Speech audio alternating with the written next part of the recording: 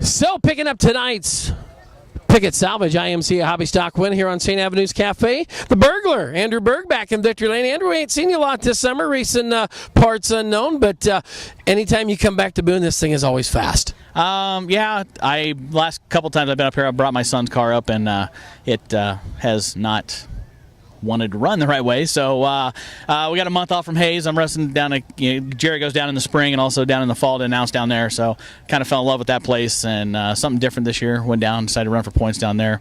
Leading points down there, up by 9 with 3 nights to go. So, and I couldn't be happier battling with Eric Cross. He's the guy that helps me week in, week out down there. I keep my car down there every other weekend, and I stay at his house. So, Eric, thanks, buddy. Tell you, down there in Kansas, they race a little different schedule. The first and third Saturdays, they take some time off down there, and a little different than what we're used to seeing up here. But it also, like you said, gives you time to come back here and do some racing on Saturday nights, do the weekends up here that they don't race down there, and kind of get tuned for that Super Nationals deal. Yeah, last time I started on the front row at Boone, I didn't work out the way I was supposed to. I finished second at the Super Nationals. So I was talking to Josh Daniels about this, and I'm running the same stuff I was running last year, but I was hitting the chip way a lot sooner, like 5 feet past the flag stand. I was already on the chip. So I don't know if moving us to the last part of the schedule has helped or created more, speed out of the car or what. So we'll have to evaluate that when it comes time first week of September.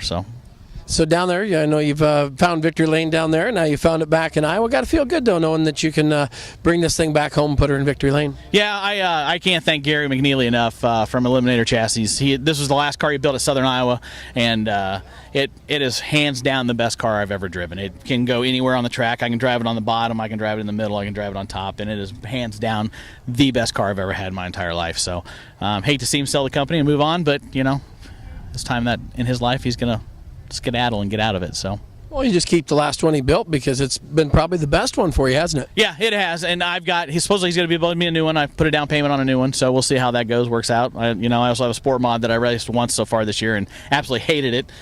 So we'll see how that goes. I'll probably start racing it a little bit more as we go on. But no, this old girl, probably about 50 nights on her, and she's the best thing I've ever had. So. Who do you want to thank for the win tonight, Andrew? Brad and Aubrey Baldwin from Chick Skier, Mike and Kathy Bennett from Dynamic Drive Lines, Matt Heidelball from Finish Line Body in Grimes,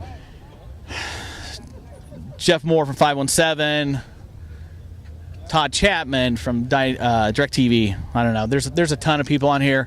Ty Lube, Cody Malcote, Ty Lube. As far as I'm concerned, it's the best oil I've ever run through this motor. I've run a lot, Schaefer's, Brad Penn, but Ty Lube right now is the best. So, but anyway, it's good to be home. I mean, I consider this my home, so it's good to be back. Well, Andrew, great to have you back in Victory Lane. Nice run. Thank you very much, Jerry. Picking up tonight's St. Avenue's Cafe Hobby Stock win, Andrew Berg, the driver out of Carlisle.